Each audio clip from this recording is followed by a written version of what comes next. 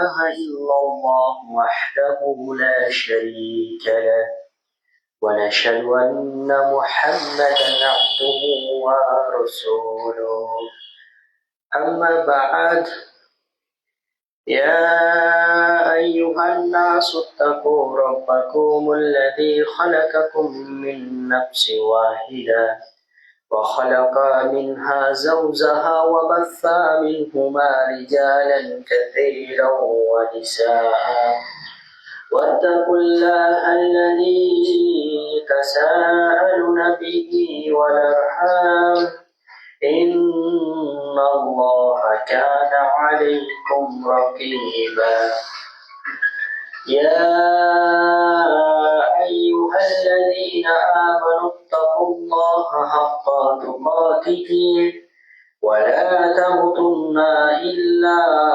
وأنتم مسلمون يا أيها الذين آمنوا اتقوا الله قولوا قولا سديدا يصلح لكم أعمالكم ويغفر لكم ذنوبكم ومن يطع الله رسوله فقد فاز فوزا عظيما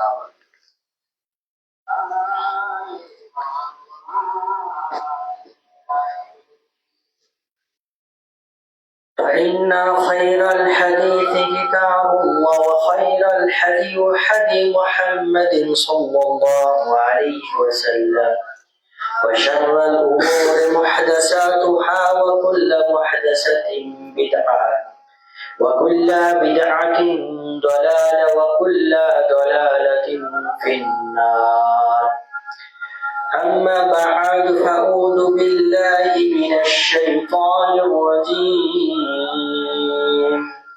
بسم الله الرحمن الرحيم يا أيها الذين آمنوا كتب عليكم الصيام كما كتب على الذين من قبلكم لعلكم تتقون عن أبي هريرة رضي الله تعالى عنه قال رسول الله صلى الله عليه وسلم إذا دخلت شهر رمضان وفتحت أبواب السماء وفتحت أبواب الجنة وغلقت أبواب جهنم وسلسلة الشياطين وفي رواية إسناد صحيح متفق عليه সম্মানিত এই পবিত্র জুমার দিনে উপস্থিত মুসলিম ভাতৃবৃন্দ, প্রশংসা মাত্র সে মহান সত্তা আল্লাহ সুবহানাহু ওয়া তাআলার, যিনি আপনাকে আমাকে সৃষ্টি করেছেন। শুধু সৃষ্টি করেননি, এই পৃথিবীতে যত কোটি মাখলুকাত, সর্বশ্রেষ্ঠ মাখলুকাত, সর্বশ্রেষ্ঠ জাতি এবং শেষ নবী মুহাম্মদ সাল্লাল্লাহু আলাইহি ওয়াসাল্লামের উম্মত হিসেবে প্রেরণ করেছেন। সে মহান সত্তা আল্লাহ সুবহানাহু ওয়া তাআলার শুকরিয়া আদায় করে শেষ করতে পারবো না, তাই সংক্ষিপ্ত ভাষায় সকলে বলি আলহামদুলিল্লাহ।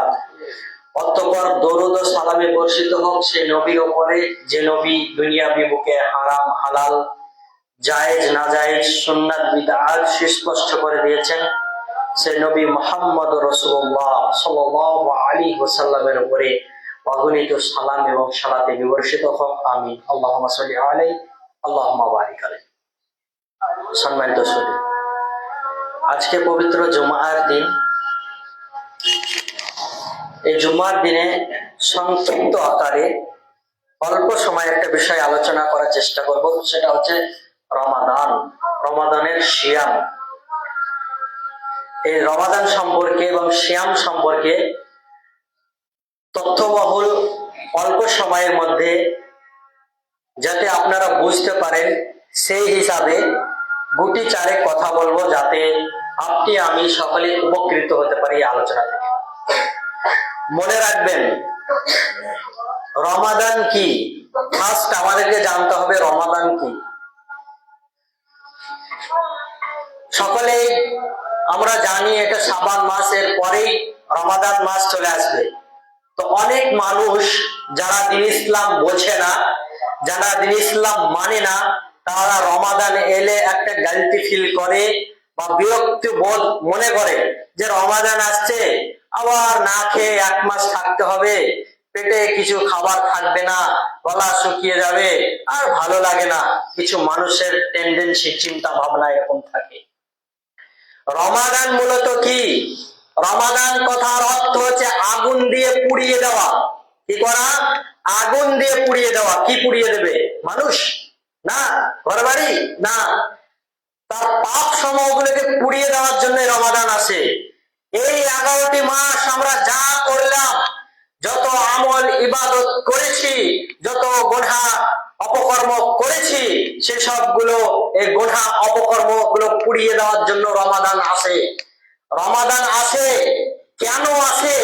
কি নিয়ে আসে রমাদান আমাদের জন্য, এবং আমরা রমাদান পেয়ে কি করব, এগুলো জানতে হবে।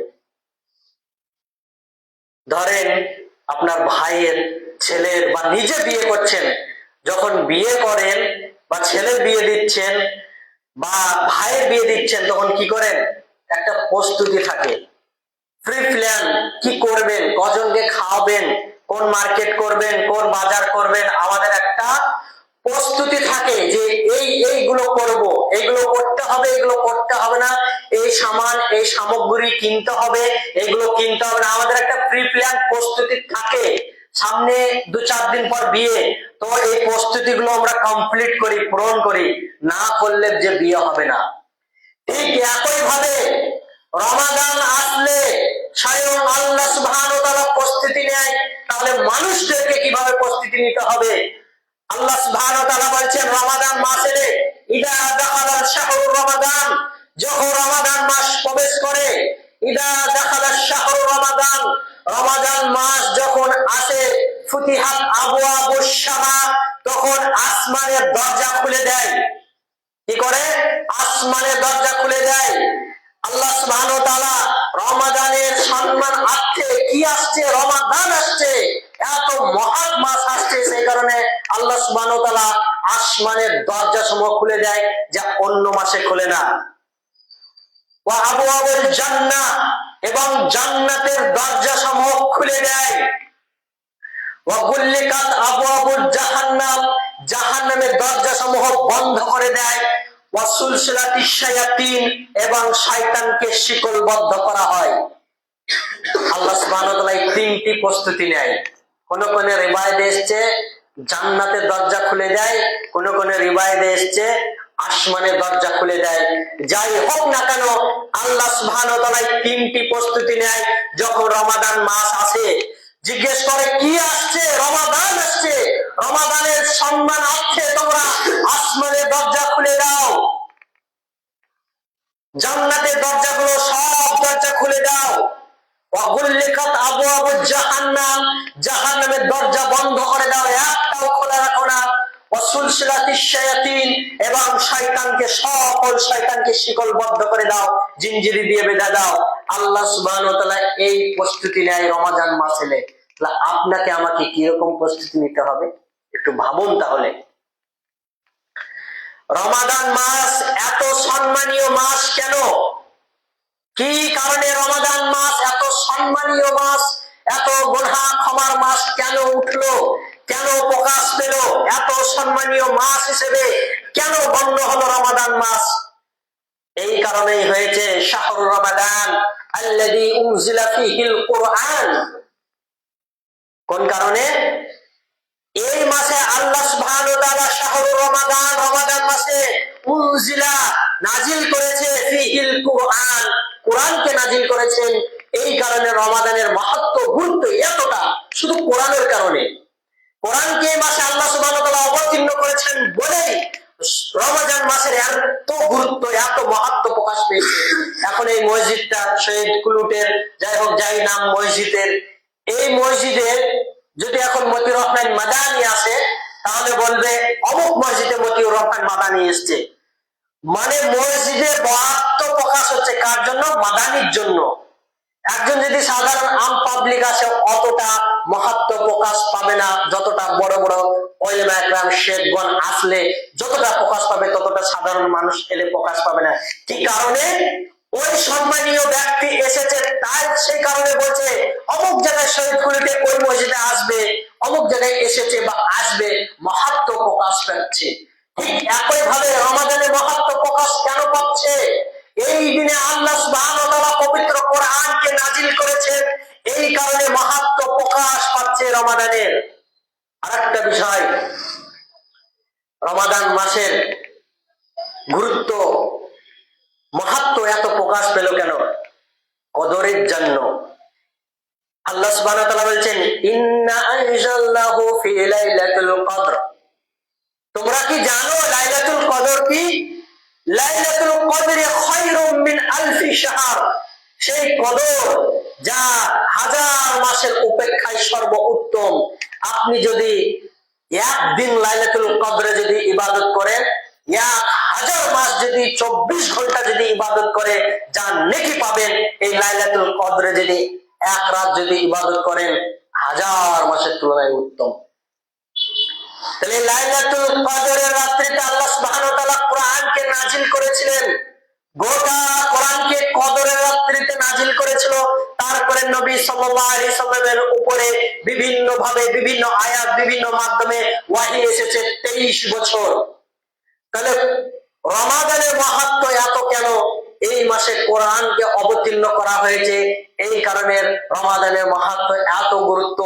এই রমাদানের গুরুত্বকে রেখে আল্লাহ সুবহানাহু ওয়া তাআলা নিজেই প্রস্তুতি নিয়েছেন, জান্নাতের দরজা খুলে দিচ্ছেন, আকাশের দরজা খুলে দিচ্ছেন, তারপরে শয়তানকে শিকলবদ্ধ করছেন, জাহান্নামের দরজা বন্ধ করে দিচ্ছে। কাদের জন্য? এই মানুষদের জন্য, সমগ্র মানুষের জন্য। তাহলে আপনাকে আমাকে কি প্রস্তুতি নিতে হবে রমাদানের জন্য? রমাদান মাস আসছে বলে আপনি এই রমাদান মাসে ভাবছেন 11টি মাস ব্যবসা করে পেট ভরলো না, এবার এই রমজান মাসে বেশি বেশি সামগ্রী আনবো, দোকানকে সাজিয়ে রাখবো আর মাল বিক্রি করবো বসে বসে, এই কারণে রমাদান? আপনারা কি মনে করেন যে রমাদান মাস এসছে মানে ব্যবসা এবার ভালোই হবে? সাধারণত বেচাকেনা 20 থেকে 30,000 টাকা হতো, এবার রমাদানে 1 লাখ থেকে 1.5 লাখ টাকা থেকে 2 লাখ টাকা পর্যন্ত ইনকাম করবো, এই চিন্তা চেতনা নিয়ে রমাদান পালন করবে? রমাদান যদি কোরআন বিহীন যদি পালন করা হয়, ওই রমাদানের কোনো গুরুত্ব নেই। কোরআনের জন্য রমাদান এত শ্রেষ্ঠ, এই কারণে বেশি বেশি কোরআনকে গবেষণা করে গোটা রমাদান কাটাতে হবে, এটাই হচ্ছে চূড়ান্ত। আমি যদি মুসলিম হয়ে যদি কোরআন পড়া যদি না জানি, কোরআন পড়া যদি না শিখি, আপনার জন্য ধিক্কার। আল্লাহ সুবহানাহু ওয়া তাআলা বলেন, ওয়ালা তামুতুন্না ইল্লা আনতুম মুসলিমুন। তোমরা মুসলিম না হওয়া পর্যন্ত মৃত্যুবরণ করো না। এখানে তাফসীরগণ বা বড় বড় মুহাদ্দিস সাকিগণ করছে, ব্যাখ্যা করছে, ওয়ালা তামুতুন্না ইল্লা আনতুম মুসলিমুন, এখানে ব্যাখ্যা করছে তোমরা কোরআন শিক্ষা গ্রহণ করা পর্যন্ত তোমরা মৃত্যুবরণ করো না। কয়জন করেছেন কোরআন শিক্ষা? এখন যদি কাউকে যদি কোরআন মাজিদের কোন আয়াত পরিবেশন করা হয় যে এটা পড়েন, অধিকাংশ মানুষ পারবো না আমরা, তাহলে ওই কোরআনবিহীন রমাদান পালন করবেন আর নেকি আশা রাখছেন? কখনো নয়। যদি না পড়া জানেন, এই 1 মাস কাজে লাগাতে হবে। যারা কোরআন পড়া জানেন মাশাআল্লাহ, আপনাদের ইলমে আরো বারাকা দান করুন। আর যাদের কোরআন অশুদ্ধ, তারা এই 1 মাস কাজে লাগাবেন, বিশুদ্ধ চিত্রে কোরআন মাজিদ তেলাওয়াত করবেন। মাখরাজ, গুন্না, ইকফা যাই আছে, কলকলা, কোরআনকে বিশুদ্ধ করার জন্য সমস্ত কিছু আপনাকে শিখতে হবে। আর যদি না জানেন, আজ থেকে শুরু করতে হবে। এই রমাদানটা শুধু কোরআনী চর্চা নিয়ে বসে থাকবো? রাসূলুল্লাহ সাল্লাল্লাহু আলাইহি সাল্লাম 11টি মাস কোরআন চর্চা করতো, আর রমাদান মাস এলে আরো তিনি বাড়িয়ে দিতেন। তার কারণ এই রমাদান মাসের গুরুত্ব খুঁজিল এত কোরআনের জন্য, সেই কারণে কোরআন নিয়ে তিনি বেশি বেশি গবেষণা করতেন। কিন্তু কয়জন মুসলিম আমরা কোরআন নিয়ে গবেষণা করেছি? কোরআন যদি গবেষণা না করেন, কাল কিয়ামতের মাঠে আল্লাহর কসম করে বলছি সকলেই ফেঁসে যাবেন। এখন যদি ফজরে 2 রাকাত সালাতের পূর্বে সুন্নত 2 রাকাত নামাজ আছে, সকলে জানি। ওই 2 রাকাত পৃথিবীতে যা আছে, সমস্ত কিছু দুনিয়াতে যা আছে, সব থেকে উত্তম হচ্ছে ওই 2 রাকাত নামাজ, সকলে জানি। ওই 2 রাকাত কেউ না পড়লে গুনাহগার হবে? হবে? হবে না। তার কারণ সুন্নাত। আর যদি পড়েন নেকি পাবেন, পড়লে নেকি পাবেন, না পড়লে গুনাহ হবে না। কিন্তু কোরআন যদি না পড়েন, কোরআন নিয়ে যদি গবেষণা না করেন, কোরআনকে যদি না বোঝেন, কাল কিয়ামতের মাঠে কোরআন আপনার হয় বিপক্ষে সাক্ষী দেবে অথবা আপনার পক্ষে সাক্ষী দেবে। কোরআন যদি আমি পড়াশোনা করি, কোরআন নিয়ে যদি গবেষণা করি যে রব সৃষ্টি করেছেন, রবের কালামুল্লাহ, রবের মাহাত্ম্য, রবের আংশিক হচ্ছে কোরআন, এই কোরআন নিয়ে যদি গবেষণা করি, কাল কিয়ামতের মাঠে আমাকে কাঠগড়ায় দাঁড়ানো করাবে, কোরআনকে কথা বলার সুযোগ দেবে, বলবে কোরআন বলবে সাবির আহমেদ কোরআন পাঠ করেছিলেন, হে আল্লাহ দাখালাল জান্নাহ, ওকে জান্নাত দাও। আর যদি কোরআন নিয়ে যদি গবেষণা না করি, কোরআন যদি না পড়ি, ওই কোরআন বলবে ওর বাড়িতে কোরআন ছিল। কিসের কোরআন ছিল? দামি কোরআন ছিল, মোমের পাতার কোরআন ছিল। তারপরে কি করেছে? চুমুকে বুকে আগলে রেখে জুসদানে লেপটে আলমারিতে তুলে রেখেছিল। হে আল্লাহ একে জাহান্নামে দাও তুমি। হয় পক্ষে সাক্ষী দেবে, না হয় বিপক্ষে। আপনি ওই 2 রাকাত নামাজ পড়লেন না, কোনো কিচ্ছু যায় আসে না। কিন্তু কাল কিয়ামতের মাঠে যদি কোরআন নিয়ে যদি গবেষণা না করি, কোরআন নিয়ে না পড়ি, তাহলে কোরআন আপনার জন্য বিপক্ষে সাক্ষী দেবে, জাহান্নামে যেতেই হবে। সেই কারণে প্রত্যেক মুসলিমের জন্য কোরআন শিক্ষা অর্জন করা, কোরআন পড়া, কোরআন জানা সবার জন্য ফরজ। এই ফরজটুকু আপনি আর আমি আদায় করব না, তাহলে কিসের মুসলিম আমরা? সম্মানিত উপস্থিতি, তাহলে রমাদানের গুরুত্ব এই কোরআনুল কারীমের জন্য এসেছে। তাই আমাদেরকে এই রমজান মাস পেয়ে কোরআনটা বিশুদ্ধ করে শিখতে হবে। দুনিয়াবি কাজ কর্ম যাই করলেন 11টি মাস, এবারে একটা মাস অবসর নেন। দোকানের কাজকর্ম কমিয়ে দেন, ব্যবসার কাজকর্ম কমিয়ে দেন, সমস্ত কিছু কমিয়ে দেন, যে কোরআনের পেছনে লেগে থাকেন। যদি আপনি কোরআনের পেছনে লেগে থাকেন, আমি কোনো মাদ্রাসা পড়ুয়া ছেলে নয়, আমি কোনো মাদ্রাসাতে দীর্ঘদিন পড়িনি, পড়েছি মাদ্রাসাদের আলেমদের কাছে আপনার টিউশন মতো করে। কিন্তু যখন আমি কোরআন শিক্ষার জন্য, যখন বেশ অল্প বয়স, কোরআন শিক্ষার জন্য মসজিদ যেতাম, যখন মেয়েরাও পড়তো, তখন ছোট ছোট মেয়েরা পড়তো, কায়দা নিয়ে গিয়েছি। মানুষের চাহিদা থাকলে, মানুষের যদি আকাঙ্ক্ষা থাকে শিখবই রবের কালামুল্লাহ, এই চিন্তা চেতনা যদি হৃদয়ের মধ্যে থাকে, আল্লাহর কসম আল্লাহ সহজ করে দেবে। গিয়েছি কায়দা বই নিয়ে, মেয়েরা হাসাহাসি করছে, এত বড়, আমার থেকে তখন ছোট ছোট ওরা, আর আমি ওদের তুলনায় অনেক বড়। তখন বলছে এত বড় ছেলে কায়দা পড়বে, হাসছে।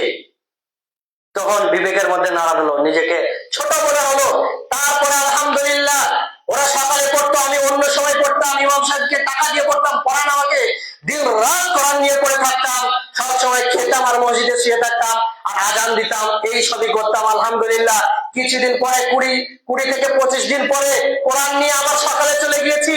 যখন কোরআন পড়ছি, মেয়েগুলো দেখে অবাক, বলছে আমরা 6 মাস, কেউ 1 বছর ধরে কোরআন ধরতে পারলাম না, কি করে সম্ভব হলো এটা? যদি আপনি সঠিক হৃদয় চিত্তে যদি আল্লাহর কালামুল্লাহ শিখবো, যদি এই চিন্তা চেতনা আনেন, অবশ্যই আল্লাহ সহজ করবে কোরআন শিক্ষার জন্য। সম্মানিত উপস্থিতি, তাহলে আমাদেরকে কোরআন নিয়ে গবেষণা করতে হবে এই রমাদানের মাহাত্ম্য কাটানোর জন্য। রোজা, এবার আসি, রমাদানের গুরুত্ব মাহাত্ম্য আমরা জানলাম যে আল্লাহ সুবহানাহু ওয়া তাআলা রমাদান কিসের জন্য দিয়েছে? আমাদের বিগত গুনাহ সব পুড়িয়ে ছারখার করে দেওয়ার জন্য। জাস্ট এতটুকুই। রমাদানের মাহাত্ম্যে আল্লাহ সমস্ত কিছু দরজা খুলে দেয়, করে দেয়, সমস্ত কিছু শুনলাম। এবার সিয়াম কি, রোজা কি?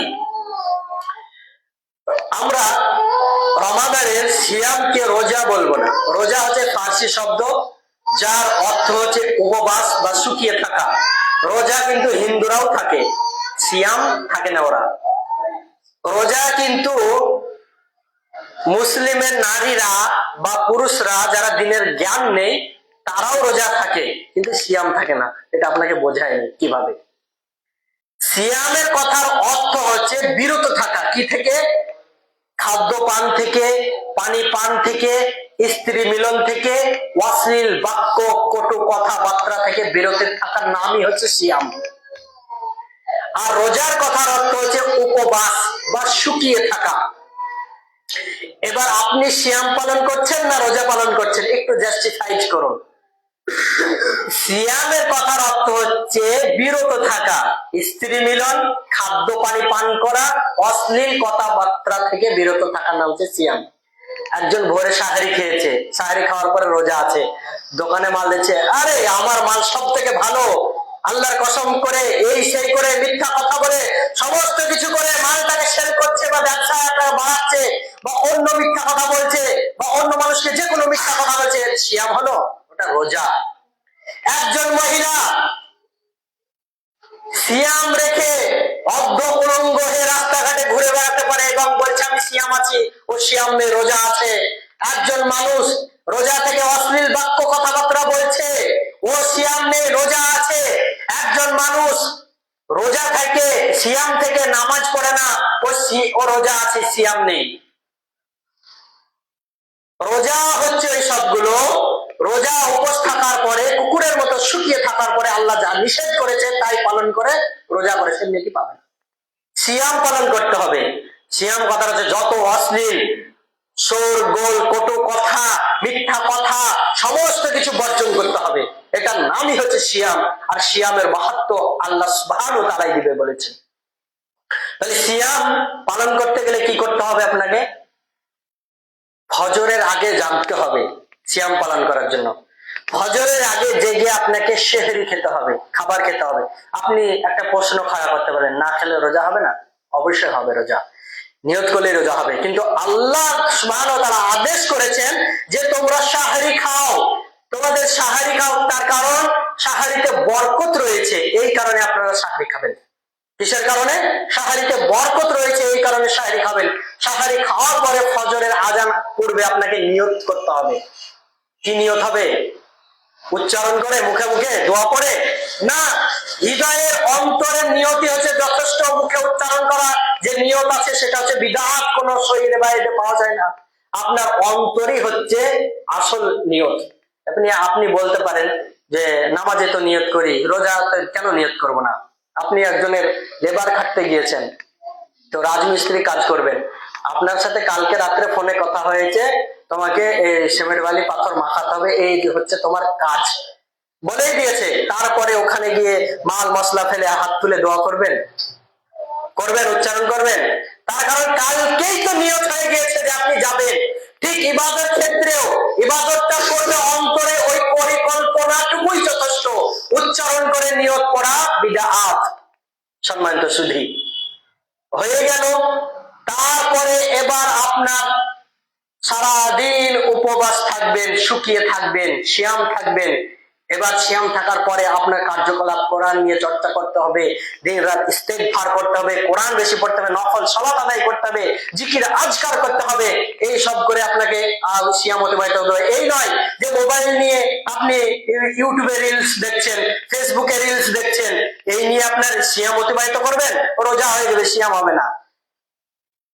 টাইম পাসের জন্য ওই মুড়ে গিয়ে সাকতে গিয়ে বন্ধু বান্ধব মিলে গুজব করছে, সিয়াম হবে? রোজা হয়ে যাবে। কিছু মানুষ মিলে মোড়ে টাইম পাস হচ্ছে না, ঘুরে দেখছে আর কতটুকু টাইম, টাইম এখনো আধ ঘন্টা আছে, এখনো আধ ঘন্টা একটু গল্প গুজব করি। একবারের জন্য চিন্তা চেতনা আসলো না যে আল্লাহ সুবহানাহু ওয়া তাআলা গুনাহ খাতা মাফ করার জন্য সিয়ামকে পাঠিয়েছে, আমি গিয়ে ইস্তেগফার করি, কোরআন পাঠ করি। সিয়াম আসে মূলত তিনটি, রমজান আসে তিনটি জিনিস নিয়ে, তিনটি বেনিফিট নিয়ে। এক হচ্ছে সিয়াম রাখলে বিগত সকল গুনাহ আল্লাহ সুবহানাহু ওয়া তাআলা মাফ করে দেবেন। দুই, লাইলাতুল কদরের রাত জাগলে আল্লাহ সুবহানাহু ওয়া তাআলা বিগত গুনাহ সকল গুনাহ, এক বছর গুনাহ মাফ করে দেবেন। তিন, তারাবির সালাত আদায় করলে আল্লাহ সুবহানাহু ওয়া তাআলা বিগত সকল গুনাহ মাফ করে দেবেন। এবার আসি আপনার যে ফজরে আপনি সাহারি খাওয়ার পরে আপনি জিকির আজকার করে আল্লাহ সুবহানাহু ওয়া তাআলা যেভাবে বলেছেন সেভাবে সিয়াম রাখলেন। এবার সূর্য ডুবে গিয়েছে, সূর্য ডুবার সঙ্গে সঙ্গে আপনাকে ইফতার করতে হবে। রাসূলুল্লাহ সাল্লাল্লাহু আলাইহি সাল্লাম বলছেন, আমার উম্মতেরা যতদিন তাড়াহুড়ো করে ইফতার করবে ততদিন পর্যন্ত তারা কল্যাণের মধ্যে থাকবে। সূর্য ডুবার সঙ্গে সঙ্গে যারা ইফতার করবে, রাসূলুল্লাহ সাল্লাল্লাহু আলাইহি সাল্লাম বলছেন, সেই সমস্ত উম্মতেরা কল্যাণের মধ্যে থাকবে। আবার রাসূলুল্লাহ সাল্লাল্লাহু আলাইহি সাল্লাম বলছেন, দেরি করে ইফতার করা ইহুদিদের কাজ। আপনি যে মাইকে বলছেন কিছুক্ষণ আগেই ডাকাডাকি হচ্ছিল, শুধু তাদের জন্য জুম্মার নামাজ ফরজ, অন্য নামাজ কোথায়? কই আর ডাকলেন না কেন? অন্য নামাজের জন্য মানুষকে আহ্বান করলেন না কেন? কাল কিয়ামতের মাঠে আপনাকে জবাবদিহিতা করতে হবে যে মাইক নিয়ে আপনি ডাকছেন। শুধু জুম্মার দিনে ফরজ। রাসূলুল্লাহ সাল্লাল্লাহু আলাইহি ওয়াসাল্লাম বলেন, মান তারাকা সালাতা মুতাআম্মিদান ফাকাদ কাফারা। এক ওয়াক্ত সালাত পরিত্যাগ করলে কাফের হয়ে যায়। শুধু জুম্মার দিন পড়লে মুসলিম হয়ে যাবে? কোথায় পেলেন আপনি? সিস্টেম কোথায় আছে? কোন হাদিসে? আমরাও ডাকবো মানুষকে করতে বাধা কোথায়? রাসূলুল্লাহ সাল্লাল্লাহু আলাইহি সাল্লাম থেকে প্রমাণ, যে কোনো মাধ্যম দিয়ে যদি প্রমাণ পেয়ে যায় রাসূলুল্লাহ সাল্লাল্লাহু আলাইহি সাল্লাম করেছেন, আমরা আহলুল হাদিস তৎক্ষণিক করতে বাধ্য, আমরা করব আমরা। কিন্তু রাসূলুল্লাহ সাল্লাল্লাহু আলাইহি সাল্লাম বলছেন, দেরি করে ইফতার করা ইহুদিদের কাজ। আজীবন কাল যতদিন পর্যন্ত আমরা বা আপনারা সহি আকীদায় ফিরে এসেছি, ততদিন পর্যন্ত লামাজাবি ইহুদির দালাল শুনে এসেছি। আল্লাহর কসমে একে সামনে রেখে তারা ইহুদিদের দালাল। তার কারণ তারাই দেরিতে ইফতার করেন। খোঁজ নিয়ে দেখেন, তাদের চাটের সঙ্গে আপনার চাট মিলাবেন, সূর্য ডুবার সঙ্গে তাদের সূর্য ডুবার টেন্ডেন্সি মিলাবেন। তারাই বলে 2 মিনিট 3 মিনিটের দেরিতে ইফতার করবো। কাদের সঙ্গে ইফতার করলে? ইহুদি খ্রিস্টানদের সঙ্গে। আমাদেরকে বলে ইহুদি খ্রিস্টানের তারা দালাল, অথচ তারাই তাদেরকে ভাই মনে করে তাদের সঙ্গে ইফতার করে। আমরা করি না, আমরা মুহাম্মদ সাল্লাল্লাহু আলাইহি সাল্লামের নীতিতে ইফতার করি। রাসূলুল্লাহ সাল্লাল্লাহু আলাইহি সাল্লাম বলেছেন, যতদিন পর্যন্ত আমার উম্মতেরা দ্রুত ইফতার করবে ততদিন পর্যন্ত তার কল্যাণের মধ্যে থাকবে। আমরাই আছি। সম্মানিত উপস্থিতি, তাহলে মুখে জোর করে জোরপূর্বক আমাদেরকে ইহুদি দালাল বলে লাভ নেই। আমরা ওই সব তোয়াক্ক করি না। আমরা এবং রাসূল এবং নবী সাল্লাল্লাহু আলাইহি সাল্লাম এবং আল্লাহর বাণী এবং বিধান তাই আমরা মেনে চলি। তার কারণ আল্লাহ সুবহানাহু ওয়া তাআলা বলেছেন, যদি না মানি ফালাইকবালা মিনহু ওয়া হুয়া ফিল আখিরাতি মিনাল খাসিরিন, আমরা আখিরাতে ক্ষতিগ্রস্তদের মধ্যে অন্তর্ভুক্ত হব। কিছুই কবুল করবেন না আল্লাহ সুবহানাহু ওয়া তাআলা। ইসলাম ব্যতীত যাই কিছু কবুল পালন করার চেষ্টা করব, আল্লাহ কবুল করবে না। তাই কারণ নবী সাল্লাল্লাহু আলাইহি সাল্লাম যা দিয়েছে আহলুল হাদিসরা তাই গ্রহণ করেছে। ওমা আতাকুমুর রাসূল ফাকুদুহু ওয়া মা নাহাকুম আনহু ফান্তাহু, তাই আমরা গ্রহণ করেছি। সম্মানিত উপস্থিতি, তাহলে সিয়াম হচ্ছে এমন একটা ইবাদত, যে ইবাদতে আপনার ইবাদত করলে, সিয়াম রাখলে নেকি পাবেন না। কেউ নেকি পাবেন না। আপনি বলবেন যে এরকম কিরকম কথা বলে দিল যে নেকি পাবে না? সিয়াম পালন করে নেকি নে আছে রবের জান্নাত। সিয়াম পালন করলে জাহান্নাম দূর হয়ে যাবে। রাসূলুল্লাহ সাল্লাল্লাহু আলাইহি সাল্লাম বলেছেন, কোন ব্যক্তি যদি আল্লাহকে সন্তুষ্ট করার জন্য সওয়াবের আশায় যদি একটি সিয়াম রাখে, আল্লাহ সুবহানাহু ওয়া তাআলা তাকে তার জাহান্নামের মুখমণ্ডলী থেকে 70 বছর তার মুখমণ্ডলীকে হটিয়ে দেয়। কোন রিওয়ায়াতে এসেছে 100, কোন রিওয়ায়াতে এসেছে 500। যাই হোক না কেন, কোন কোন রিওয়ায়াতে এসেছে এমন গর্ত করা হবে তার এবং জাহান্নামের মাঝে এবং বান্দার মাঝে, এমন গর্ত করা হবে তাকে এতটুকু দূরে সরিয়ে রাখবে জাহান্নাম থেকে। সম্মানিত উপস্থিতি, সিয়াম রাখলে নেকি হয় না, সিয়ামের পরিবর্তে জান্নাত হয়। সিয়ামের পরিবর্তে জাহান্নাম দূর হয়ে যায়। রাসূলুল্লাহ সাল্লাল্লাহু আলাইহি সাল্লাম বলছেন, সাহাল ইবনে সাদ রাদিয়াল্লাহু তাআলা থেকে বর্ণিত, রাসূলুল্লাহ সাল্লাল্লাহু আলাইহি সাল্লাম বলছেন যে সিয়াম পালনকারী ব্যক্তি যে সিয়াম রাখবে তার জন্য একটা বড় অফার রয়েছে। সেটা রাসূলুল্লাহ সাল্লাল্লাহু আলাইহি সাল্লাম বর্ণনা করছেন। সেই ব্যক্তিটি রাইয়ান নামক জান্নাতের দরজা দিয়ে প্রবেশ করতে পারবে। রাইয়ান মানে হচ্ছে পিপাসা মিটিয়ে দাও। এই রাইয়ান নামক জান্নাত দিয়ে ওই ব্যক্তিটি জান্নাতে প্রবেশ করতে পারবে। জান্নাতের 8টি দরজা রয়েছে, তার মধ্যে অন্যত্র জান্নাতের দরজার নাম হচ্ছে রাইয়ান। আরো জান্নাতের দরজার নাম রয়েছে। যেসব জান্নাত দিয়ে মানুষ, কেউ হজ করেছে তাকে ডাকবে, তুমি এসো, এইদিকে এসো। কেউ বেশি বেশি নফল সিয়াম আদায় করেছে তাকে ডাকবে, জান্নাত তুমি এই গেট দিয়ে আসো। কেউ 5 ওয়াক্ত সালাত আদায় করেছে তাকে এই গেট দিয়ে ডাকবে, তুমি এইদিকে জান্নাতে আসো। আর যে মানুষ রমাদানের সিয়াম পালন করেছে ওই সব মানুষদেরকে রাইয়ান গেট ডাকবে, এসো তুমি এই দিক দিয়ে দ্বার দিয়ে প্রবেশ করো। তার কারণ সিয়াম পালনকারী ব্যক্তি কত কষ্ট করে ক্ষুধার্ত পেটে নিয়ে, গলা শুকিয়ে যাওয়া নিয়ে সিয়াম পালন করে। সেই কারণে আল্লাহ সুবহানাহু ওয়া তাআলা ওই রাইয়ান গেটের মধ্যে এমন কিছু রেখেছেন যে গেট দিয়ে ঢুকলে তার তৃষ্ণার্ত, তার ক্ষুধা সমস্ত কিছু মিটে যাবে। রাসূলুল্লাহ সাল্লাল্লাহু আলাইহি সাল্লাম আরো বলছেন, যে ব্যক্তি আল্লাহর সন্তুষ্ট করার জন্য সবের আশায় কেউ যদি একটি সিয়াম রাখে, তাহলে আল্লাহ সুবহানাহু ওয়া তাআলা বলছেন, আমি নিজ গ্রহে তাকে আমি নিজ হাতে প্রতিদান দেব। ইল্লা শাওমা, এখানে হাদিসের ভাষ্য হচ্ছে ইল্লা শাওমা, নিশ্চয় সিয়াম আমার জন্য ফাইন্নাহু লি ওয়া আনা আজজি বিহি, এবং এর প্রতিদান আমি নিজে হাতে দেব। আল্লাহ সুবহানাহু ওয়া তাআলা সন্তুষ্ট অর্জনের জন্য কেউ যদি সিয়াম রাখে, তাহলে আল্লাহ সুবহানাহু ওয়া তাআলা বলছেন প্রত্যেক আদম সন্তানের ভালো কাজ বাড়তে বাড়তে 1 থেকে একদম 700 পর্যন্ত 70 পর্যন্ত বাড়িয়ে দেয়।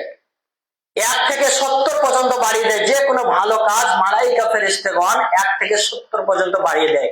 কিন্তু এই সিয়াম কতটা যে বাড়ে, কতটা এর প্রতিদান একমাত্র আল্লাহ সুবহানাহু ওয়া তাআলা জানেন।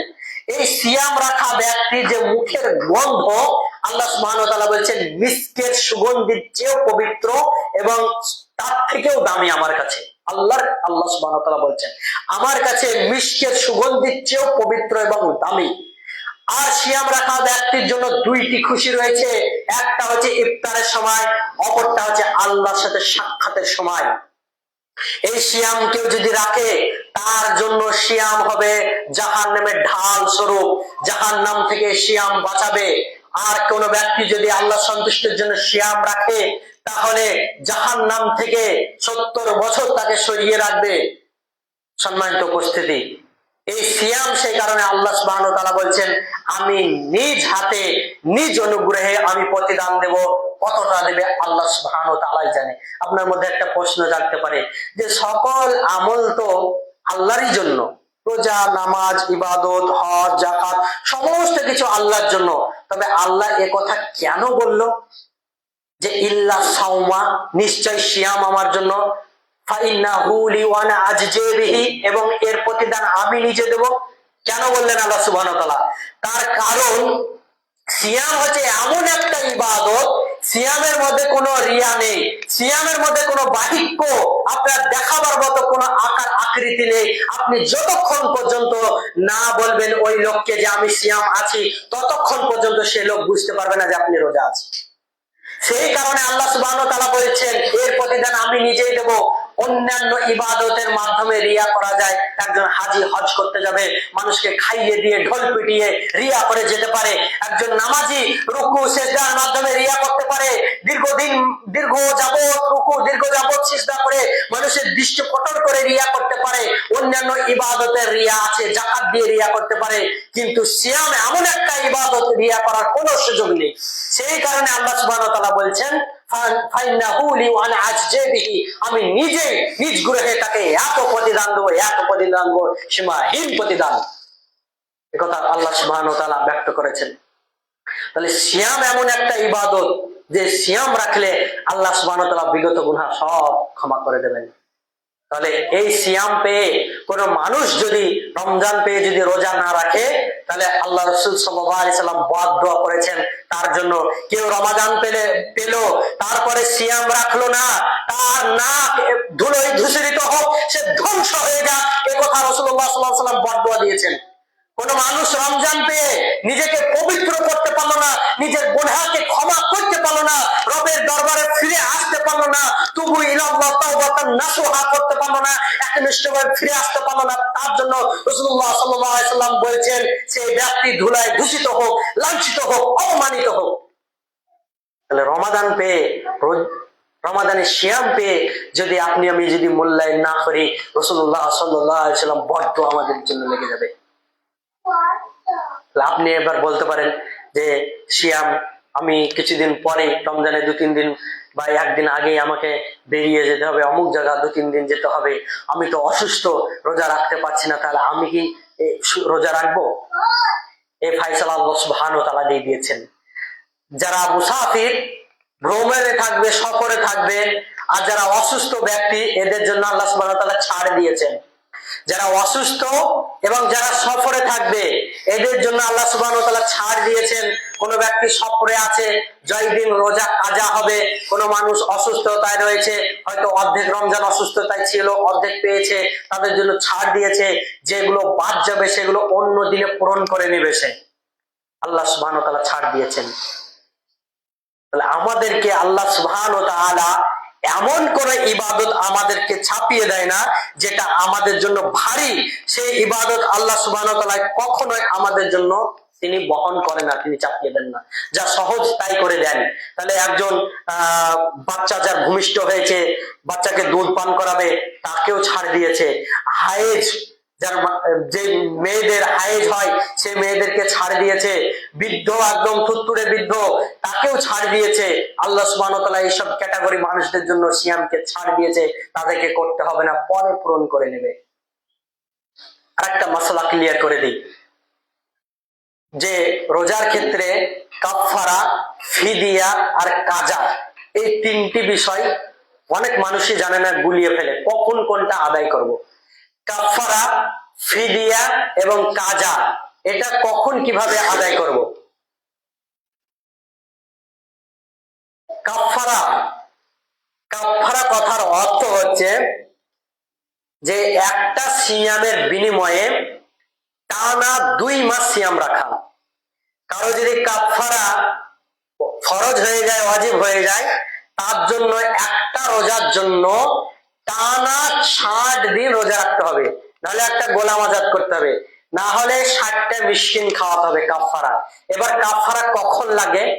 রোজা থাকা অবস্থাতে দিনের বেলায় স্ত্রীর সাথে মিলন করলে বা সহবাস করলে তার জন্য কাফফারা দিতে হবে। সতর্ক থাকবেন এই বিষয়টা থেকে। যদি ভুলবশত উত্তেজনায় যদি স্ত্রীর সাথে মিলন হয়ে যায়, তাহলে আপনার জন্য কাফফারা লাগবে। টানা 60 দিন রোজা, নাহলে গোলাম আজাদ, নাহলে 60টা মিসকিনকে খাওয়াতে হবে, এটা হচ্ছে কাফফারা। ফিদিয়া কখন দেব? ফিদিয়া কি? আপনি নিজে রোজা রাখতে পারছেন না, অসুস্থ, অসুস্থতার কারণে আপনি রোজা রাখতে পারছেন না, বা বুড়িয়ে গিয়েছেন, বুড়িয়ে যাওয়ার কারণে আপনি রোজা রাখতে পারছেন না, আপনি অসুস্থ, আপনার কোনো সুস্থতা হওয়ার কোনো নিশ্চয়তা নেই, সুস্থতা হবেই না, এই 2 ক্যাটাগরির লোকের জন্য ফিদিয়া জায়েজ। আপনি একটা মিসকিনকে এই 30টা রোজা 30 দিন খাবার সেহরি থেকে পর্যন্ত যা লাগে আপনি তাকে খাবার দেবেন, এটা হচ্ছে ফিদিয়া। অনেক আমাদের নানি দাদি বুড়িয়ে যায়, রোজা রাখতে পারে না, তখন আমরা কি করি? একটা মিসকিনকে খাবার দিয়ে আমরা ফিদিয়া দিই, এটা হচ্ছে ফিদিয়া। আর কাজা কি? কাজা হচ্ছে আপনি অসুস্থতায় রয়েছেন, সফরে রয়েছেন, তো যেই সব রোজাগুলো বাদ গেল সেটার নাম হচ্ছে কাজা। কাজা কখন আদায় করবেন? যে কোনো মাসে আপনি কাজাগুলোকে পূরণ করে নেবেন, এটা হচ্ছে কাজা। এই 3টি জিনিস মাথায় রাখবেন। সম্মানিত উপস্থিতি, রমাদানের অনেক বিষয়ে আলোচনা করার থাকে, ঘন্টার পর ঘন্টা লেগে যায়, তো সেই সব বিষয়গুলো আলোচনা করা অসম্ভব। সেই কারণে যে কথাগুলো বললাম, আমাকে এবং সকলকে আমল করার আল্লাহ সুবহানাহু ওয়া তাআলা তৌফিক দান করেন, আল্লাহুম্মা আমিন। আল্লাহ সুবহানাহু ওয়া তাআলা পবিত্র কোরআনে বলছেন, ইয়া আইয়ুহাল্লাযিনা আমানু, হে বিশ্বাসীগণ, হে ঈমানদারগণ, যারা তোমরা আমার প্রতি ঈমান এনেছো, কুতিবা আলাইকুমুস সিয়াম, তোমাদের উপরে সিয়ামকে ফরজ করা হয়েছে, কামা কুতিবা আলাল্লাযিনা মিন ক্বাবলিকুম, যা তোমাদের। আল্লাহ সুবহানাহু ওয়া তাআলা বলেছেন, যারা বিচিত্র সত্ত্বে তার স্থায়ী রবের প্রতি যারা অটল থেকেছে, ঈমান এনেছে, তারাই হচ্ছে সফল কাম্য। আপনার যে রব, যে খালেক, যে মালিক, যে সৃষ্টিকর্তা, তার উপরে আপনাকে দৃঢ় ঈমান আনতে হবে। যদি সেই ঈমান নিয়ে আপনি রমাদানটাকে পালন করেন, তাহলে আল্লাহ সুবহানাহু ওয়া তাআলা তার জন্য মহা সাফল্য, মহা কামিয়াব রেখেছে। রমাদান এমন একটা মাস, যে মাসে আল্লাহ সুবহানাহু ওয়া তাআলা বলেছেন 3টি অফার দিয়েছেন, 3টি মাধ্যম দিয়ে গুনাহ খাতা মাফ করে দেওয়ার অফার রেখেছেন। এই রমাদান মাসে কোরআন নাজিল করেছেন। এই রমাদান মাসে আল্লাহ সুবহানাহু ওয়া তাআলা এমন একটা দিন দিয়েছেন যেটা হচ্ছে আলফি শাহর, 1000 মাসের তুলনায় উপেক্ষা। তাই সম্মানিত সুধী, এই রমাদান মাস পেয়ে কোনো মানুষ কোনোভাবে অবহেলায় কাটাবো না। যে মাসে কোরআন নাজিল হয়েছে সেই মাসে আমরা কোরআন বেশি বেশি তেলাওয়াত করব। যারা তেলাওয়াত করতে পারি তারা আমরা একটা উদ্যোগ নেব, এই মসজিদে আমরা প্রত্যেকদিন কোরআন শিখাবো। যে কয়জন জানেন তারা একটা শিডিউল করবেন, তারা একটা রুটিন করবেন, যে এই রুটিনে এই সময় পড়াবো, এই সময় এই বিষয়টা আমি পড়াবো, ওই সময় এই বিষয়টা আমি পড়াবো।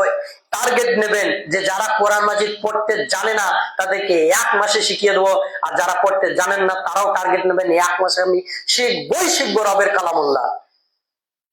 আশ্চর্য লাগে যখন মানুষ রবের এই বিষয়গুলো, এই নির্দেশাগুলো এই মিম্বারে উঠে বয়ান করে বলে, তখন মানুষ গ্রহণ করে না বা শিখে না, আশ্চর্য লাগে একদম।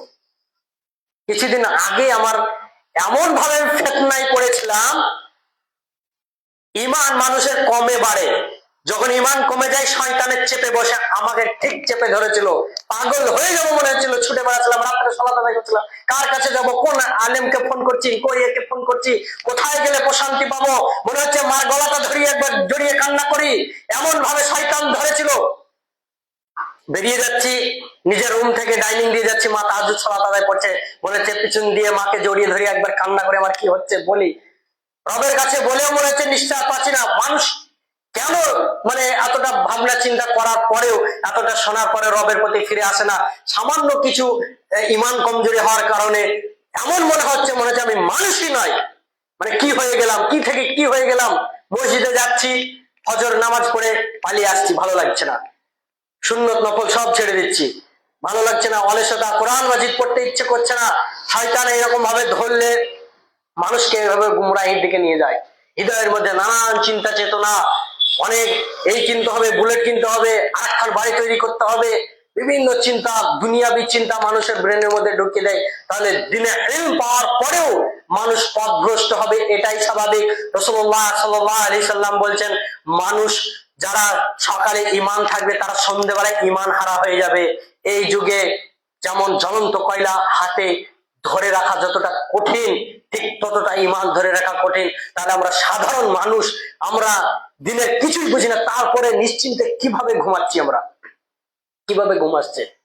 আল্লাহর কাছে চেয়েছিলাম, রব্বানা হাব লানা মিন আজওয়াজিনা যুররিয়াতিনা কুররাতা আইয়ুন ওয়াজআলনা লিল মুত্তাকিনা ইমামা। আল্লাহ এমন একজন স্ত্রী দান করেন যার সহচর্যে এসে আমি এবং তাকে নিয়ে, পরিবার নিয়ে, সকলকে নিয়ে এই দুনিয়া থেকে, এই সামান্য ক্ষণস্থায়ী দুনিয়া থেকে, যে দুনিয়া আমরা পরীক্ষা দিতে এসেছি, এক্সাম হলে এসেছি, ভালোভাবে এক্সাম দিয়ে এই দুনিয়াটাকে পার করে দিতে পারি, সেই কারণে রবের কাছে চেয়েছিলাম, আলহামদুলিল্লাহ সেটা পেয়েছি। তারপরেও হৃদয়ের মধ্যে কুমন্ত্রণা শয়তান দিচ্ছে, আলেমাকে বিয়ে করতে হবে, হাফেজাকে বিয়ে করতে হবে, তবেই সঠিক দিন পাবো। এটাতে দিন সীমাবদ্ধ নয়। রাসূলুল্লাহ সাল্লাল্লাহু আলাইহি সাল্লাম কোন জায়গায়, কোন হাদিসে বলেনি যে তুমি আলেমাকে বিয়ে করবে বা হাফেজা, কোন নারীকে কোন আলেম বিয়ে করতে হবে বা হাফেজ বিয়ে করতে হবে, কথা নয়। রাসূলুল্লাহ সাল্লাল্লাহু আলাইহি সাল্লাম সব সময় একটাই কথা বলেছেন, ফাজফার বিজাতিদ দ্বীন, তোমরা দ্বীনদার নারীকে বিয়ে করো আর কামিয়াব হয়ে যাও। পৃথিবীর বুকে নেককার স্ত্রীর যে গুণ, বা নেককার স্ত্রী পেলে তার জীবন দুনিয়াতেই জান্নাত হয়ে যাবে।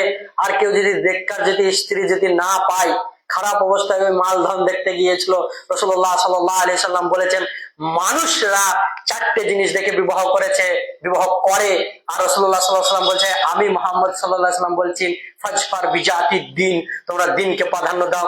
কিন্তু যারা চারটি জিনিস দেখে বিবাহ করেছি তখন বুঝতাম না, এখন দিনের পথে ফিরে এসে শুধাবেন তারা কেমন আছে, কেমন ফিতনায় আছে। নিজে দিনে নিজে ইলম পেয়েছে যুবকটা, এবার স্ত্রীর সাথে আর মিলছে না, মনে হচ্ছে বাপের লাখ টাকার টাকা আছে, তাকে কিছু দেয়নি, দিয়েছে একখান বাইক দিয়েছে, খাট পালং দিয়েছে, ওতেই শেষ। যারা নিমার জন্য বিয়ে করে আল্লাহর কসম ওয়াই পায়, তাছাড়া আর কিছু দেয় না।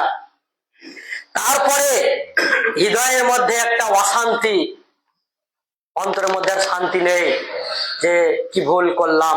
একজন যদি দিনদার নারীকে, গরিব একজন দিনদার যে সঠিক আল্লাহকে বিশ্বাস করে, তাকে যদি আমি বিয়ে করতে পারতাম তাহলে আমার জীবনটা মনে হয় সুখ হতো।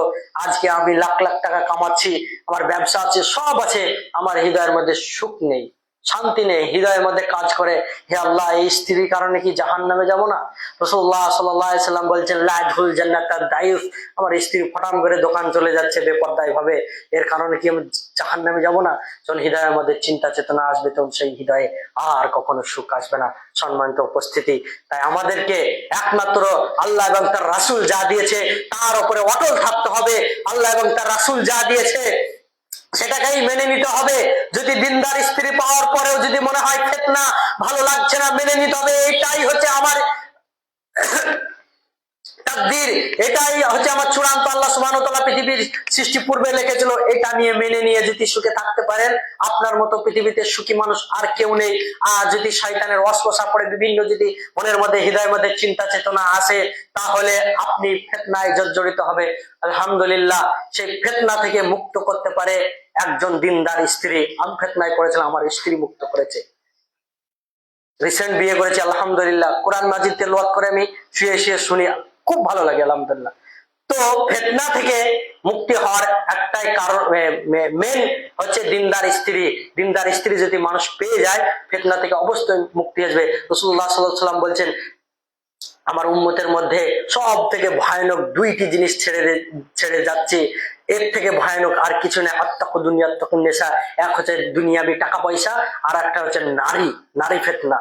সম্মানিত উপস্থিতি, আল্লাহ সবাইকে হেদায়েত দান করুন, বোঝার তৌফিক দান করুন, আর এইসব ফিতনা থেকে আমাদেরকে দূরে সরিয়ে রাখুক, এবং আল্লাহ সুবহানাহু ওয়া তাআলা সেই জান্নাত, সেই রবের জান্নাত আমরা কামিয়াব করতে পারি। সকলে বলি আল্লাহুম্মা আমিন। হে আল্লাহ, পরিশেষে আল্লাহ সুবহানাহু ওয়া তাআলার কাছে দোয়া, এই প্রার্থনা, হে আল্লাহ, সামনে মাহে রমজান আসছে, এই রমজানকে সকল মানুষ আমরা মূল্যায়ন করতে পারি। রমজানে আমরা ত্রুটি বিচ্যুতি গুলোকে সকলকে ধুয়ে মুছে পরিষ্কার করে দিতে পারি। রমজান আসছে আমাদের পাপগুলোকে আগুনের মতো পুড়িয়ে দেওয়ার জন্য, ছারখার করে দেওয়ার জন্য আসছে। সেই অর্থে আমরা রমজানকে উপভোগ করে আমাদের বিগত পাপগুলোকে পুড়িয়ে ছারখার করে দিতে পারি। সেই তৌফিক আল্লাহ সুবহানাহু ওয়া তাআলা দান করুন। আল্লাহুম্মা আমিন। আল্লাহ, যারা দ্বীনি ইলম, কোরআনের শিক্ষা আমরা গ্রহণ করতে পারিনি, তাদেরকে এই মাসে কোরআনের শিক্ষা গ্রহণ করার তৌফিক দান করুন। আল্লাহুম্মা আমিন। হে আল্লাহ, যারা আমরা অসুস্থতায় রয়েছে, তুমি তাদেরকে শীঘ্রই শিফা দান করুন, তারা যেন তোমার এই মাহে রমজানকে পেয়ে তারা উপভোগ করতে পারে। আল্লাহ, যারা ইহকাল থেকে পরকাল গমন করেছে, তাদের ত্রুটি বিচ্যুতি গুলোকে মাফ করে দিয়ে জান্নাতুল ফেরদৌস নসিব করুন। আল্লাহুম্মা আমিন। ওয়া মা আলাইনা ইল্লাল বালাগ। আল্লাহুম্মা সাল্লি আলা মুহাম্মাদি ওয়া আলা আলি মুহাম্মাদ কামা সাল্লাইতা আলা ইব্রাহিম ওয়া আলা আলি ইব্রাহিম ইন্নাকা হামিদুম মাজিদ। আল্লাহুম্মা বারিক আলা মুহাম্মাদি ওয়া আলা আলি মুহাম্মাদ কামা বারাকতা আলা ইব্রাহিম وعلى آل إبراهيم إنك حميد مجيد. سبحانك اللهم بحمدك أشهد أن لا إله إلا أنت أستغفرك وأتوب إليك. السلام عليكم ورحمة الله وبركاته.